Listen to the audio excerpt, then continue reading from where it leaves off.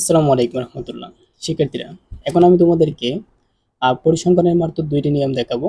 এই দুইটি নিয়ম করলে তোমাদের পরিসংখ্যান থেকে শতভাগ কমন আসবে। সো পরিসংখ্যানটা একটু লক্ষ্য রাখো। পরিসংখ্যানের মধ্যে কয় নিয়মের প্রশ্ন হয়? একটা হচ্ছে পরিসংখ্যানের তিনটি অঙ্ক থাকে। একটি অঙ্ক হচ্ছে গড়, মধ্যক, আর একটি হচ্ছে প্রচুরক, এবং তিনটি গ্রাফ থাকে। একটি হচ্ছে আয়তলেখ, আরেকটি বহুভুজ, আর একটি অজীব রেখা।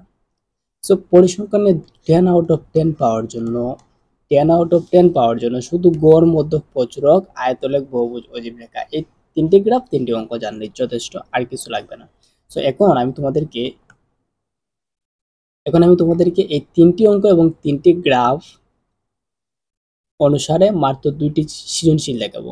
এই দুইটি সৃজনশীল তোমরা করবা, দ্যাটস এনাফ ফর ইউ, আর কিছু লাগবে না। ঠিক আছে?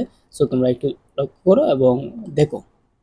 1 নম্বর সৃজনশীলে বলছে দশম শ্রেণীর 50 জন শিক্ষার্থীর গণিতে প্রাপ্ত নম্বরের গণসংখ্যা নির্বাচন সারণী দেওয়া হলো। এখন সারণী এখানে আছে। ক নম্বর প্রশ্নটির জন্য তোমাকে আমি একটি গুরুত্বপূর্ণ কথা বলি। ক নম্বর প্রশ্নটির জন্য তুমি যেটা করবা, তোমার যে গাইড বই কিংবা নোট বই, যে কোনো বই থাকুক না কেন, পরিসংখ্যানের প্রত্যেকটি শুধু ক নাম্বার প্রশ্নগুলা এই গাইড থেকে পড়ে নেবা। আর খ নাম্বার এবং গ নাম্বার প্রশ্ন এগুলা থেকে কমন আসবে। ঠিক আছে? শুধু ক নাম্বার প্রশ্নটি তোমরা তোমাদের গাইড থেকে পড়ে নেবে। এখন দেখো, খ নাম্বার বলছে কি যে উক্ত সারণী থেকে সংক্ষিপ্ত পদ্ধতিতে গড় নির্ণয় করো। সংক্ষিপ্ত পদ্ধতিতে গড় নির্ণয় করার কথা বলছে। তো সংক্ষিপ্ত পদ্ধতিতে গড় কিভাবে নির্ণয় করে? দেখো তোমরা, সংক্ষিপ্ত পদ্ধতিতে গড় নির্ণয় করার জন্য আহ 5টি রো নিতে হয়। একটা হচ্ছে শ্রেণীব্যক্তি, শ্রেণী মধ্যবিন্দু, গণসংখ্যা, আর ধাপ বিচ্যুতি, আর একটা হচ্ছে গণসংখ্যা ইনটু ধাপ বিচ্যুতি। তো শ্রেণীব্যক্তি দেওয়া থাকে, শ্রেণী মধ্যবিন্দু বাই করে 31 যোগ 40 এই দুইটা সংখ্যা যোগ দিয়ে 2 দিয়ে ভাগ দিবা, তাহলে মধ্যবিন্দু চলে আসবে। গণসংখ্যা দেওয়া আছে। আর ধাপ বিচ্যুতি যেটা করবা তোমরা, এখানে যে মানটিকে ধরবা, মানে মিডলের মানটিকে ধরা হয়। তো এখানে মধ্যখানে আসছে কি, এদিকে যদি আমরা 3টা বাদ দিই, এদিকে 3টা বাদ, তো মধ্যখানে পড়ে কি 65.5 পড়ে মধ্যখানে। সো এই মধ্যখানে যে মানটি পড়বে এটাকে তোমরা ধরবা। ঠিক আছে?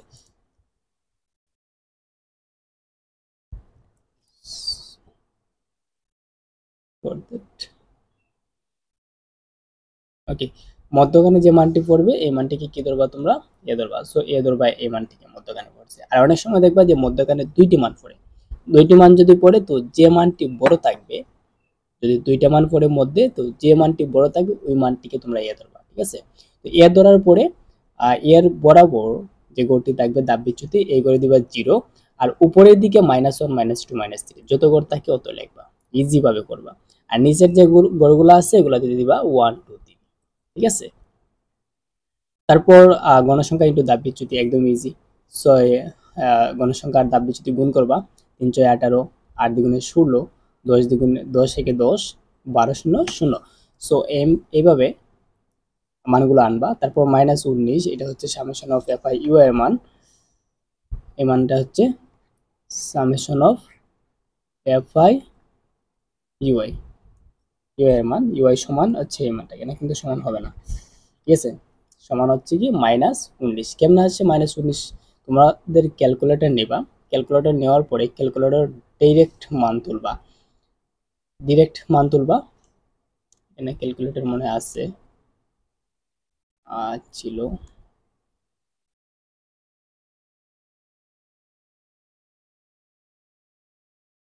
সরি।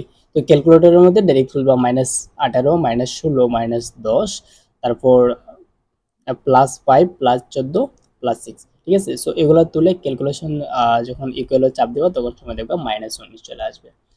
এরপরে তোমার কাজটা হলো কি, এখানে এ সমান হতো summation of F I you I সমান -19, এন এর মান হচ্ছে 50, গণসংখ্যাগুলো যোগ করে এইচ হচ্ছে শ্রেণী ব্যবধান 10। এখন তোমরা সংক্ষিপ্ত পদ্ধতিতে গড় নির্ণয়ের সূত্র ফলাইবা, পালানোর পরে মানগুলো লিখে ক্যালকুলেশন করলে আনসার চলে আসবে। সো এটাই গেল সংক্ষিপ্ত পদ্ধতিতে গড়। তারপর হচ্ছে কি মধ্যক। আমরা দেখেছিলাম অঙ্ক কয়টি দেখবো? 3টি। এর মধ্যে আমরা গড় দেখে ফেললাম। ঠিক আছে? এখন দেখো মধ্যক আর প্রচুরক। সো এখন দেখো তোমরা এখানে, এরপর রয়েছে কি মধ্যক। সো মধ্যক নির্ণয় করা একদম ইজি। তোমরা কি করবা? মধ্যক নির্ণয় করার জন্য 5টি ক্রমযোজিত গণসংখ্যা নির্বাচন সারণী অঙ্কন করতে হয়। সো এখানে অঙ্কন করা নাই কেন? কারণ ক নম্বর প্রশ্নের মধ্যে কিন্তু ক্রমযোজিত গণসংখ্যা নির্বাচন সারণী অঙ্কন করা হয়েছিল। এই যে বলছে যে উক্ত সারণী থেকে ক্রমযোজিত গণসংখ্যা নির্বাচন সারণী নির্ণয় করো। তো এখানে নির্ণয় করেছিল, তাই আর মধ্যক নির্ণয়ের জন্য ঘ নাম্বারে আর আলাদাভাবে সেটা নির্ণয় করার প্রয়োজন নাই, শুধু লিখবা ক হতে প্রাপ্ত কিংবা ক হতে প্রায়। তো এখন কি বলছে, ক্রমযোজিত গণসংখ্যা নির্বাচন সারণী নিম্নরূপ। তো সারণী নিল, ক্রমযোজিত গণসংখ্যা নির্বাচন সারণী কিভাবে নেয় অবশ্যই তোমরা জানো। এখানে যে 6 আছে 6 লিখবো, তো 6 আর 8 এর যোগ করে 14, 14 আর 10 যোগ করে 28, এভাবে ক্রমান্বয়ে আসবে। তো নেওয়ার পরে যেটা করবা, n এর যে 50 মান ছিল, n সমান 50, তারপর n এর 2 দ্বারা ভাগ দিবা, ভাগ দেওয়ার পরে 50/2 25। তো 25তম পদের মান মধ্যক, 25তম পদের অবস্থান। তো 25তম পদের অবস্থান কোন জায়গায় আছে দেখবা তোমরা, এই ক্রমযোজিত গণসংখ্যা নির্বাচন সারণীর মধ্যে কোন জায়গায় আছে দেখো তো। এখানে কিন্তু 25 আছে 24 এর পরে এবং 37 এর আগে, ঠিক আছে। তার মানে কি, যেহেতু 24 এর পরে, তো ইগর বাদ, এখানে আমাদের আনসার হবে ওই যে 37 ঘর আছে না, এই ঘরে। তো এটা কোন ঘরে আছে, আজ 61 থেকে 70 শ্রেণীতে। তো 61 থেকে 70 শ্রেণীতে আছে। তো আমরা কি লিখবো, যে 25তম পদের অবস্থান 61 থেকে 70 শ্রেণীতে, অতএব মধ্যক শ্রেণী 61 থেকে 70। তো এখন মধ্যকের সূত্র লিখবা, নিচের সূত্র লিখছে, মধ্যক সমান n plus n/2 minus fc into h/fm। তো এল বলতে কি বোঝায়, মধ্যক শ্রেণীর নিম্নসীমা। এই যে মধ্যক শ্রেণী পাইলাম, এটা নিম্নসীমা। এফসি মধ্যক শ্রেণীর পূর্ববর্তী শ্রেণীর যোজিত গণসংখ্যা। মধ্যক শ্রেণী পূর্ববর্তী শ্রেণীর যোজিত গণসংখ্যা কত, 24, এই যে 24। আর এফএম হচ্ছে মধ্যক শ্রেণী গণসংখ্যা 12, ঠিক আছে। এই যে দেখো, মধ্যক শ্রেণী পূর্ববর্তী শ্রেণীর যোজিত গণসংখ্যা 24 আর মধ্যক শ্রেণী গণসংখ্যা 12, আর এই শ্রেণী ব্যবধান 10। তো এখন সূত্রের মধ্যে মান বসাইবা, মান বসানোর পরে 25 থেকে 24 বাদ দিলে 1 থাকে, 1 10-এর সাথে গুণ হলে 10, 10টা 12 দিয়ে ভাগ দিবা, ভাগ দেওয়ার পরে 61 সাথে যোগ করবা। তো আনসার চলে আসবে একদম ইজি ভাবে। তারপরে দেখো 2 নাম্বার হয়, উক্ত সারণী থেকে ক্রমযোজিত গণসংখ্যা নির্ণয় সারণী নির্ণয় করো। ক নাম্বার কিন্তু এগুলা সেমই আসছে। তো তোমরা কি করবা, ক নাম্বার অপশনটা শুধু ক নাম্বার সবগুলা তোমাদের গাইড থেকে পড়ে নিবা, আর বাকিগুলো কিন্তু পড়তে হবে না, বাকিগুলো আমি তোমাদেরকে পড়িয়ে দেবো, ঠিক আছে। ওকে, এখন দেখো উক্ত সারণী থেকে মধ্যক নির্ণয় করো। তো মধ্যক আমরা অলরেডি দেখলাম, আর মধ্যক দেখবো না। এই প্রশ্নটা দিয়েছি শুধু প্রচুরকের জন্য। উদ্দীপকের সারণী থেকে প্রচুরক নির্ণয় করো। তো প্রচুরক নির্ণয় একদম ইজি। গ নাম্বার আমরা দেখি, সরাসরি গ নাম্বার, এই যে প্রচুরক। তো আমরা জানি প্রচুরকের সূত্র লিখবা, লেখার পরে এল বলতে কি বোঝায়, প্রচুরক শ্রেণীর নিম্নসীমা। তো প্রচুরক কোন শ্রেণীতে আছে এটা আগে বাইর করতে হবে। প্রচুরক কোন শ্রেণীতে আছে আমরা দেখি, এখানে সর্বোচ্চ যে গণসংখ্যাটা আছে না, সেটা হচ্ছে প্রচুরক। সর্বোচ্চ গণসংখ্যা কত আছে, 25 আছে, মানে 25-এর ঘরে প্রচুরক আছে, ঠিক আছে। তো 25-এর ঘরে প্রচুরক আছে 68 থেকে 73, এটা হচ্ছে প্রচুরকের মান। তো এল বলতে কি বোঝায়, প্রচুরক শ্রেণীর নিম্নসীমা। তো প্রচুরক শ্রেণী আমরা কত পাইলাম, 68 থেকে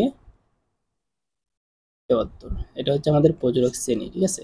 তো নিম্নসীমা 68 এবং প্রচুরক শ্রেণী গণসংখ্যা মাইনাস পূর্ববর্তী শ্রেণী গণসংখ্যা। তো প্রচুরক শ্রেণী গণসংখ্যা দেখবা 25 এবং এর পূর্ববর্তী শ্রেণী গণসংখ্যা হচ্ছে 18।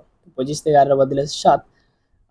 এফ টু হচ্ছে প্রচুরক শ্রেণী গণসংখ্যা মাইনাস পরবর্তী শ্রেণী গণসংখ্যা। প্রচুরক শ্রেণী গণসংখ্যা হচ্ছে 25, পরে হচ্ছে 8। তো 25 থেকে 8 বাদ দিলে 17, শ্রেণী ব্যক্তি হচ্ছে এখানে 6।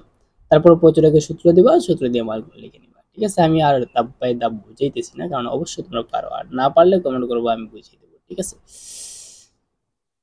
সো 3 নম্বর প্রশ্নটি আছে, সেখানে কিন্তু চলকের পরিসর সহ সংক্ষিপ্ত পদের গড় নির্ণয় করো। এখন তোমাদের বলছিলাম আমি 2টি প্রশ্ন, আসলে 2টি প্রশ্ন, এই 2টি প্রশ্ন পড়লে তোমরা জাস্ট ক নাম্বারে আনসার করতে পারো, খ নাম্বারে আনসার করতে পারবা, আই মিন 4 মার্ক কমপ্লিট, ঠিক আছে। এখন তোমাদের গ্রাফ 3টি রয়েছে বাকি, ঠিক আছে। তো গ্রাফ 3টির জন্য এই 3টি অঙ্ক আমি এখানে দিয়েছি শুধু গ্রাফের জন্য, শুধু তোমরা গ নাম্বারগুলো এখান থেকে করবা, ঠিক আছে। আরেকগুলো করা লাগবে না, এগুলো অলরেডি কমপ্লিট। তো আয়তলেখ অঙ্কনটা তোমরা এখান থেকে দেখবা, আমি সুন্দর করে দিয়ে রাখছি, এই যে আয়তলেখ অঙ্কন। প্রথমে শ্রেণী নম্বর নেবা, অবিচ্ছিন্ন শ্রেণীসীমা নিবা, গণসংখ্যা নিবা। অবিচ্ছিন্ন শ্রেণীসীমা কিভাবে নেয়, যে 51 আছে না, এই 51 থেকে 0.5 কমাইবা, তো 50.5, আর পরে যে সংখ্যাটা আছে এটার সাথে 0.5 বাড়াইবা। তো অবিচ্ছিন্ন শ্রেণীসীমা নিতে হয় আয়তলেখ অঙ্কন করার ক্ষেত্রে।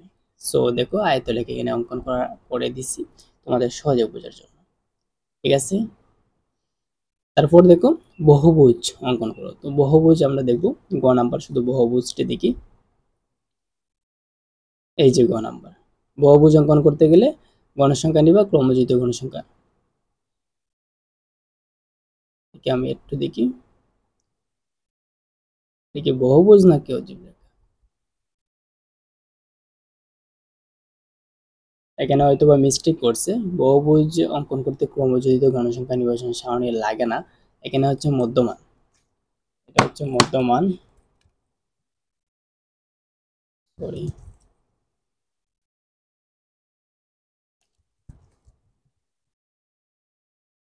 কোনটা একটু ঝামেলা করতেছে।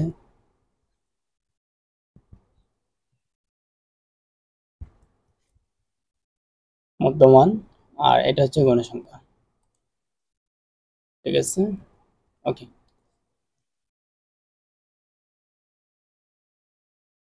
ওকে, শ্রেণীব্যক্তি, শ্রেণী মধ্যমান আর গণসংখ্যা।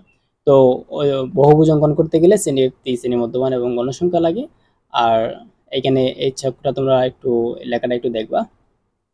এই যে এখানে বহুভুজ অঙ্কন করা হয়েছে, বহুভুজ অঙ্কনের ক্ষেত্রে গণসংখ্যা দিয়ে সে বহুভুজটা উঠবে আর কি, গণসংখ্যা দিয়ে উঠবে এবং গণসংখ্যা দিয়ে নামবে। আর নিচে তোমরা শ্রেণীব্যক্তি লিখবা, আর শ্রেণী মধ্যবিন্দু লিখবা, আর উপর দিকে গণসংখ্যা লিখবা। এই গেল বহুভুজ। তারপর অজীব রেখা। অজীব রেখা হচ্ছে কি, এই যে দেখো এখানে প্রদত্ত উপাত্ত হতে অজীব রেখা আঁকো। তো এই উপাত্তগুলো থেকে তোমরা অজীব রেখা অঙ্কন করবা। আমি একটি অজীব রেখা সিম্পল দেখাই। অজীব রেখা অঙ্কন করার ক্ষেত্রে ক্রমযোজিত গণসংখ্যা নির্বাচন সারণী অঙ্কন করা লাগে, এবং ক্রমযোজিত গণসংখ্যা নির্বাচন সারণী দিয়ে সে অজীব রেখাটা উপর দিকে উঠবে। ঠিক আছে, তো অনেক সময় দেখা যাবে যে মান অনেক বড় হয়, এই কারণে তোমরা এক গড়ে 2 একক ধরে নিবা, ধরে নিয়ে সেই অজীব রেখাটা অঙ্কন করবা। শিক্ষার্থী বিন্দু, এই ছিল আজকের ক্লাস। দেখা হচ্ছে পরবর্তী একটা ক্লাসে। আশা করি তোমরা এই ক্লাস থেকে উপকৃত হয়েছো। সো আমাদের সাথে থাকবা, সাবস্ক্রাইব করে রাখবো চ্যানেলটি, যাতে করে পরবর্তী ভিডিওগুলো সবার আগে তোমরা পেয়ে যাবে। বিদায় নিচ্ছি আজকে, দেখা হচ্ছে পরবর্তী ক্লাসে। আসসালামু আলাইকুম।